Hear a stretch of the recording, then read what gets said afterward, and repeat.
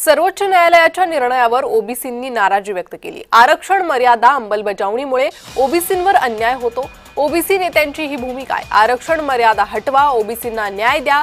सर्वोच्च न्यायालयात ओबीसींकडून हा युक्तिवाद करण्यात आलेला आहे। तर 50% आरक्षण मर्यादा ओलांडता कामा नये असे आदेश उच्च न्यायालयाने दिलेले आहे आणि त्यानंतर ओबीसी नेत्यांनी ही भूमिका घेतलेली आहे। आरक्षण मर्यादा हटवा, ओबीसींना न्याय द्या असं ओबीसी नेत्यांचं म्हणणं आहे। सर्वोच्च न्यायालयात ओबीसींकडून हा युक्तिवाद करण्यात आलेला आहे।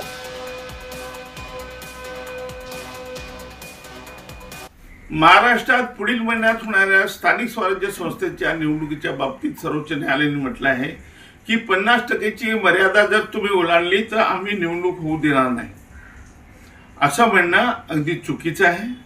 सर्वोच्च न्यायालयाने यापूर्वी जे निर्णय दिले 2022 पूर्वीची स्थिती कायम ठेवा एकीकडे म्हणायचं आणि एकीकडे म्हणायचं की तुम्हाला 50%ची मर्यादा ओलांडता येणार नाही। 2022 ची स्थिती जर आपण बघितली तर 50%च्या वर ते गेलंच होतं भांटी आयोगाच्या पूर्वी आपण जर बघितलं। आणि दुसरीकडे जे विकास गवळची केस आहे किंवा वाघची केस आहे, राहुल वाघची केस, याच्यामध्ये हे म्हणायचं की या सर्वोच्च न्यायालयाच्या अंतिम निकालाच्या अधीन राहून या निवडणुका घेण्यात याव्या।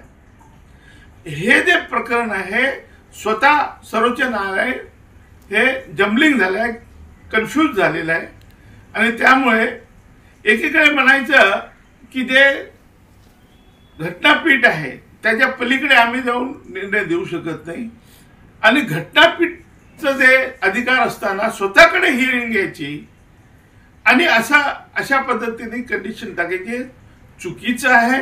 सर्वोच्च न्यायालयाचं भूमिका दुटप्पीपणाची आहे। मी तर म्हणेल की राज्य सरकारला एक नामी संधी आलेली आहे। मुख्यमंत्री हे नेहमीच ओबीसीच्या बाजूने उभे राहतात असं म्हणतात। त्यांनी आता अशी विनंती करावी सर्वोच्च न्यायालयाला की 7 न्यायाधीशाचा घटनापीठ स्थापन करा आणि 50%ची मर्यादा तुम्ही वाढवून घ्या।